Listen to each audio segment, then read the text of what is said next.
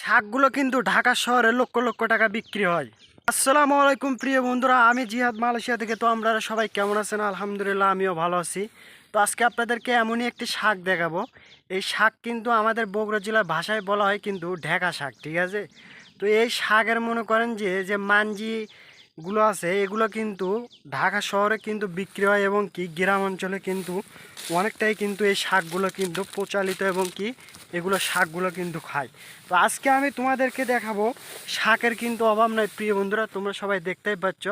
এগুলো কিন্তু সেই কিন্তু মনে করো উন্নত মানের একদম ঢেকা শাক। যে ঢেকা শাকের নাম মানে এটা হচ্ছে আর কি বগুড়া জেলার ভাষায় আমরা বলি ঢেকা শাক।